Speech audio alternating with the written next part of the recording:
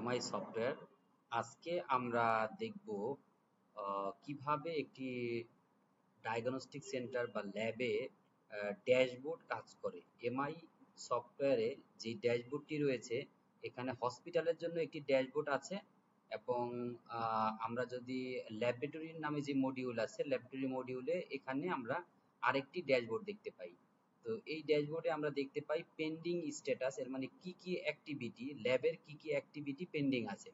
মূলত ল্যাবের তিনটি স্টেপ থাকে। প্রথমত স্যাম্পল কালেকশন করতে হয়, তারপরে রিপোর্টে ডেটা এন্ট্রি করতে হয়, বা হচ্ছে যদি এটি অটোমেটিক এলআইএস হয় বা মেশিনের থেকে অটোমেটিক নেওয়া হয়, তাহলে এন্ট্রি না করে ইনপুট মানে কি প্রসেস দিতে হয়। এবং যদি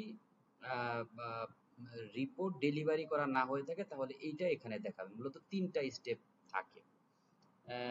আজকে কতগুলো ল্যাবরেটরির বিল তৈরি হলো, আজকে কতগুলো রিপোর্ট ডান হলো বা এন্ট্রি করা হলো, এবং আজকে কতগুলো রিপোর্ট ডেলিভারি করা হলো, এটা হচ্ছে এই কার্ডে দেখা যাবে। তাহলে এখানে আমরা 6টা কার্ডে 6টা ইনফরমেশন আমরা পাবো। তাহলে আমরা একটু দেখি, তাহলে একটা বিল করা থেকে শুরু করে স্যাম্পল কালেকশন, এন্ট্রি এবং হচ্ছে রিপোর্ট ডেলিভারি, তিনটা কাজ আমরা কিভাবে করতে পারি। আমরা প্রথমে চলে যাব হচ্ছে ইনভেস্টিগেশন বিলে। তাহলে ইনভেস্টিগেশন বিলে গিয়ে আমরা একটা নতুন বিল তৈরি করি। আমরা একটা পেশেন্ট, আগের একজন পেশেন্ট, এটার জন্য আমরা সিলেক্ট করে দিলাম এবং এখানে একজন কনসালটেন্ট সিলেক্ট করলাম। এখানে আমরা আইটেম সিলেক্ট করলাম, যেমন আমরা 2টা আইটেম এখানে সিলেক্ট করলাম এবং আমরা এখানে সেভ দিয়ে দিলাম। তো আমাদের যেটা হলো, আমাদের একটা বিল তৈরি হয়ে গেল। এখন বিল যদি আমরা তৈরি হয়, দেখবো যে এখানে ভিতরে পরিবর্তন আসবে।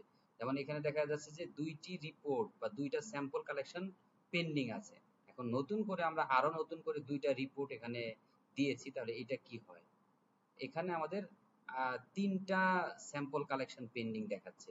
এর মানে আমরা যদি এখন দেখতে চাই যে কোন 3টা স্যাম্পল কালেকশন পেন্ডিং আছে, এটা আমরা দেখতে পারবো। যেমন ইনভেস্টিগেশনে ইনভেস্টিগেশনে যদি আমরা ল্যাবরেটরিতে যাই, তাহলে রিসেন্টলি যে জিনিসটা আমাদের অ্যাড হয়েছে, লেটেস্ট এইটা, তাহলে এখানে আমাদের নতুন করে একটা অ্যাড হয়েছে। আগে আমাদের ছিল হচ্ছে একটা, 2টা, এই যে 2টা, এবং এখন আমাদের যেটা পেন্ডিং স্যাম্পল দেখাচ্ছে এটা হচ্ছে আমাদের 3টা। এর মানে নতুন করে একটা অ্যাড হয়েছে।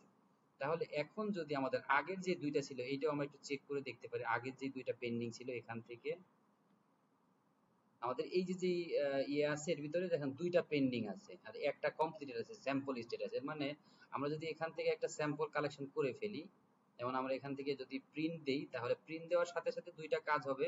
একটা হচ্ছে প্রিন্টও হয়ে যাবে এবং হচ্ছে স্যাম্পল কালেকশনের স্ট্যাটাসটা আপডেট হয়ে যাবে। এর মানে হচ্ছে আমরা যদি এখন দেখি, তাহলে এটার স্যাম্পলটা কালেক্টেড দেখাবে বা কমপ্লিটেড দেখাবে। এখন আমাদের যদি এখানে ড্যাশবোর্ডটা আমরা যদি রিলোড দিই, তাহলে আমরা দেখতে পারবো যে এখানে স্যাম্পল কালেকশনটা আবার একটা কমে যাবে, 2টা হয়ে যাবে। যে আমাদের পেন্ডিং আছে এখন 2টা, আর এখানে ভিতরে রিপোর্ট পেন্ডিং আছে 4টা। যেহেতু এই স্টেপ শেষ হয়ে গেছে, এখন এটা আসলে এই স্টেপে চলে আসছে। আর এখন যদি আমরা এইটাকেও কমপ্লিশন দিয়ে দিই, তাহলে এখানে আমরা স্যাম্পল কালেকশন কমপ্লিটেড দিয়ে দিলাম। এটাও কমপ্লিটেড হয়ে গেল। তাহলে এখানে আমরা যেটা দেখতে পারবো ড্যাশবোর্ডে, এখানে যদি আমরা রিলোড দিই, তাহলে এখানে দেখতে পারবো মাত্র একটা স্যাম্পল কালেকশন আমাদের পেন্ডিং আছে। তাহলে কোনটা পেন্ডিং আছে, এটা যদি আমরা এখানে যাই, যেটা লেটেস্ট একটা আছে, এই স্যাম্পল কালেকশনটা পেন্ডিং আছে। এটাকে যদি আমরা এখন স্যাম্পল কালেকশনটাকে ওকে করে দেই, স্যাম্পল কালেকশনটা হয়ে গেছে। সো এখন যদি আমরা দেখি, এখানে দেখবো 0। এর মানে আমার কোনো স্যাম্পল কালেকশন পেন্ডিং নাই, সকল স্যাম্পল কালেকশন হয়ে গেছে। এখন আমাদের যেটা আছে যে পেন্ডিং রিপোর্ট, রিপোর্ট এন্ট্রি করা আমাদের পেন্ডিং আছে। তাহলে আমরা এখন রিপোর্ট কিভাবে এন্ট্রি করতে পারি? রিপোর্টটা আমরা যেমন হচ্ছে এখান থেকে রিপোর্ট এন্ট্রি করতে পারি। আমরা এখানের ভিতরে প্রথমে সিলেক্ট করি যে এটা রিপোর্ট কে অ্যাপ্রুভ করবে, কে তৈরি করবে। এখানে আমরা প্যারামিটার গুলো এখানে দিয়ে দিলাম, যেটা থাকবে এখানে এটা প্যারামিটার গুলো দিয়ে আমরা জাস্ট হচ্ছে এখানে সেভ দিয়ে দেব। সেভ দিলে রিপোর্টটা ডান হয়ে গেল। এর মানে আমরা যদি এখন আমাদের ড্যাশবোর্ডে আসি, তাহলে এখানে 4টা আছে, আমাদের একটা রিপোর্ট ডান হয়ে গেল। তাহলে আমাদের এখানে পেন্ডিং দেখাবে 3টা, পেন্ডিং দেখাচ্ছে 3টা, এবং এখানের ভিতরে রিপোর্ট ডেলিভারি পেন্ডিং দেখাচ্ছে একটা। মানে রিপোর্ট রেডি হয়েছে কিন্তু রিপোর্ট ডেলিভারি পেন্ডিং আছে আমার একটা। আর এখানে আমাদের যেটা হচ্ছে যে আমরা এখানে চেঞ্জ করার সাথে সাথে আজকে কতগুলো রিপোর্ট আমরা এন্ট্রি দিচ্ছি ডান হইলো, এখানে ভিতরে কিন্তু বেড়ে গেছে, আগে 2টা ছিল এখন 3টা হয়েছে।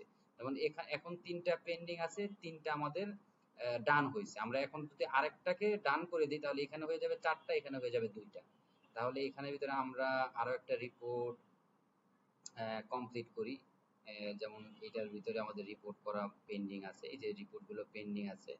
যদি এখানে ভিতরে পিডিএফ না থাকে তাহলে বুঝতে পারবো যে এই রিপোর্টটা পেন্ডিং আছে। তাহলে যেমন মাঝখানেরটাকে আমরা এখন ডান দিয়ে দিব। আমরা এখানে সেভ দিয়ে দিলাম। তাহলে এখানে ভিতরে এটা কমপ্লিট হয়ে গেছে, বুঝতে পারতেছি যে এখানে এটা কমপ্লিটেড আছে পিডিএফ আসা মানে। এর মানে এখান থেকে একটা কমে যাবে এবং এখানে একটা বেড়ে যাবে।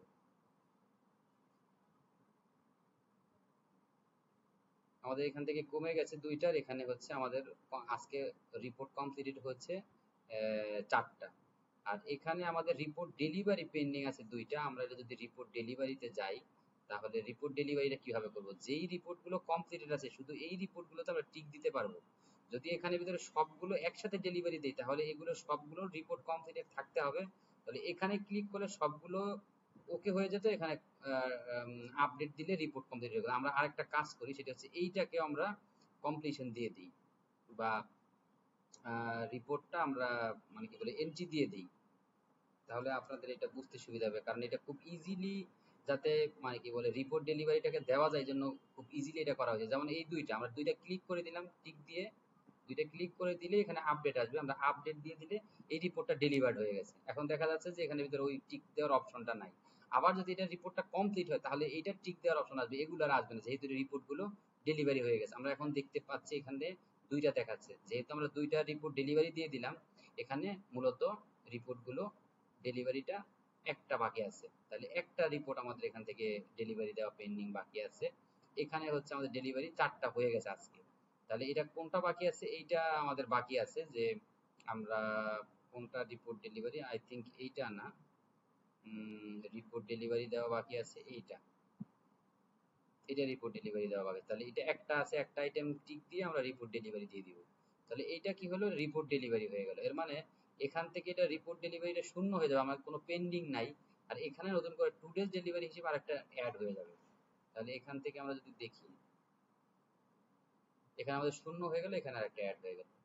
মূলত এইভাবে আমাদের এই ড্যাশবোর্ড থেকে একটা পুরো ল্যাবরেটরির কোন স্ট্যাটাসে আছে এটা আসলে আমরা পুরোটাই এখান থেকে বুঝতে পারি। আশা করি আপনারা আজকের এই ভিডিওটি দেখে আপনারা প্র্যাকটিস করতে পারবেন বা দেখে নিতে পারবেন কিভাবে আমাদের এই ল্যাবরেটরির ড্যাশবোর্ডটা কাজ করে। এবং এটা আমাদের নতুন রিলিজ, এটা জুন মাসে যেই রিলিজটা আসছে, এই জুনের সেকেন্ড উইকে এই রিলিজে আপনারা পাবেন। সবাইকে অনেক অনেক ধন্যবাদ আমার ভিডিওতে যুক্ত থাকার জন্য। আমাদের ইউটিউব চ্যানেলে সাবস্ক্রাইব করবেন যাতে পরবর্তী ভিডিওটা আপনারা ইজিলি দেখতে পান বা নোটিফিকেশন পান। ধন্যবাদ।